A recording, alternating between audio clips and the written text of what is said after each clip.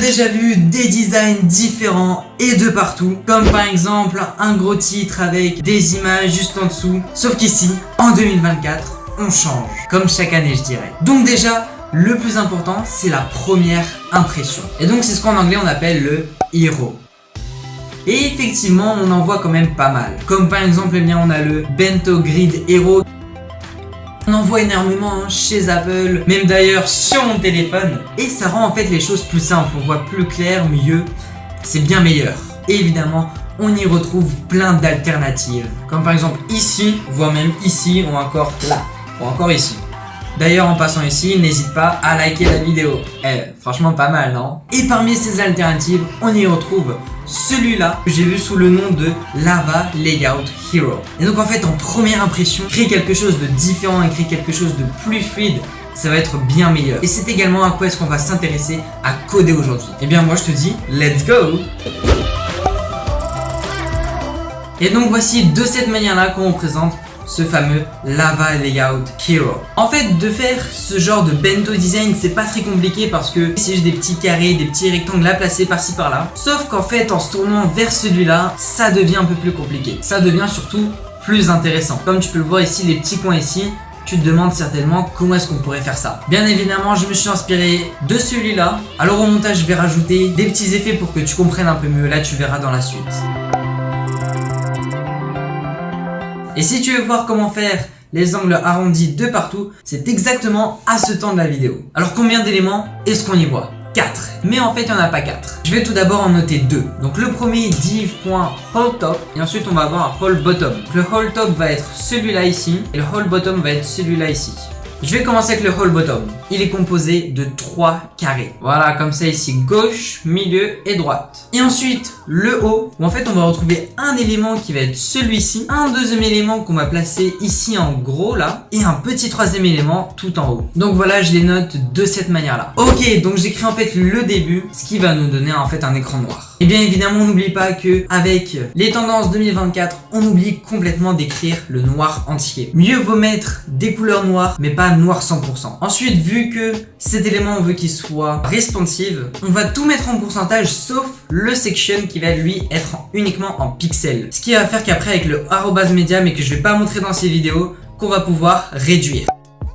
Et là, ce que je vais faire, c'est que je vais marquer ici, ce qui va faire que le rouge il va être tout en haut. Et là, on va marquer. Et là, je vais mettre un margin top à notre section, ce qui va donner qu'on va avoir un petit espace.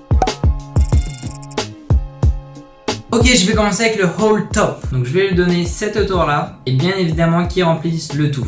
Maintenant, pour que tu puisses visualiser, je vais placer notre whole bottom. Et voici ce que ça nous donne. Donc en fait, ce sont les deux parties. Maintenant, je sélectionne notre left ici. Je vais mettre une hauteur de 100% et une width comme ça. Bon alors, si tu vas trouver dans cette vidéo des petits détails comme ça avec des virgules 1, virgule 2, c'est juste parce que quand je m'entraînais, j'ai essayé de faire au plus détail près. Donc voici, là ce que je vais faire pour les deux autres éléments, c'est que je vais les englober. Et bam, de cette manière-là. Et là en fait, je vais donner la width restante, donc de 100%, ce qui nous donne 39,9%. Donc là il est là, sauf qu'on va le mettre en fait en Flex Direction Row. Donc ça, c'est ce que ça me donne. Alors je vais sélectionner mon top right dans un premier temps. Et pour faire ce petit effet de petite largeur et petite hauteur, je vais lui donner ces coordonnées là. Avec toujours la même couleur, comme ici. Et maintenant le middle right qui va me donner ça au niveau des coordonnées. Et avec toujours la même couleur. Bon là regarde, c'est exactement pareil. Bon maintenant je vais passer à la partie basse. Bon maintenant qu'on a notre whole bottom, on va passer au bottom left. Là rien plus de compliqué, on crée juste des carrés. Bah où est-ce qu'il est? Ah, il était caché. Bah en fait dans le whole bottom, il faut marquer display flex avec le fameux flex direction en row. Ce qui va nous faire qu'il apparaît ici. Ok, alors maintenant pour créer ce petit écart en fait qu'on voit juste ici, pour ça en fait il faut tout simplement marquer petit margin top de 1%, ce qui va nous mettre de l'espace. Et il nous en reste un dernier qui est le bottom right. Et là, j'actualise. Alors j'ai fait exprès de lui donner une certaine width pour que ça arrive jusqu'à là et pas jusqu'au bord ici. Donc dans le whole bottom, je vais écrire tout simplement justify content space between. Et voilà, ça nous a fait cet espace. Bon alors pour faire ce petit effet où cette boîte là en fait elle englobe la partie du dessus, on va tout simplement lui donner une plus grande hauteur, donc j'ai noté 128. Mais du coup il faut le repositionner avec un transform translate. ou en blanc 2, on voit que c'est parfait là. Et donc voilà, on arrive à la fin de notre bento grid.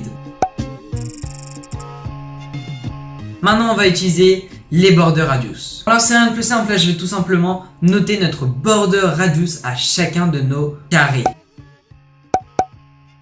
Bon et enfin, le sujet là qui nous intéresse vraiment, c'est donc pouvoir d'arrondir ici nos angles. Je pense qu'il y a différentes solutions, mais je pense que c'est la plus pertinente, celle que je vais te montrer. Pour reprendre ici notre middle right, et je vais marquer 2 points before. Il va créer en fait un autre élément à partir du middle right. Je vais marquer content vid, position absolute, je marque width et height de 70 pixels. Nous ce qu'on veut c'est qu'en fait on va le placer dans l'angle ici en bas à gauche. Et marquer bottom 0 et left 0. Ha! Il se retrouve en bas à gauche parce que le middle right doit avoir une position de relative. Et le voici. Ok, maintenant ce qu'on va faire c'est qu'on va le déplacer en fait en dessous. Là ce qu'on va faire c'est qu'on va lui créer une shape de rond.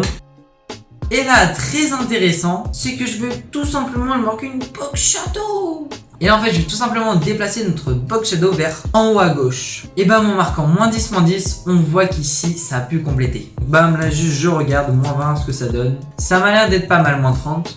Bam, je regarde. Ici, bah ça a l'air d'être pas mal. Donc on vérifie, on va marquer ici transparente. Et voilà, ça a tout simplement créé un trou comme ça. Pour te montrer un autre petit exemple, je sélectionne notre top right. Bon, ce qu'on va faire c'est simple, c'est qu'on va tout simplement tout copier-coller. On n'oublie pas de lui marquer 2 points before. Nous ce qu'on veut c'est qu'il soit ici, donc bottom et right 0. On va même lui marquer 40 pixels comme ça. On le rapproche donc ici à 40. Bam. On lui marque sa box shadow, qui va nous donner un magnifique résultat. N'hésite pas à me soutenir et puis moi je te dis à la prochaine. C'est ciao.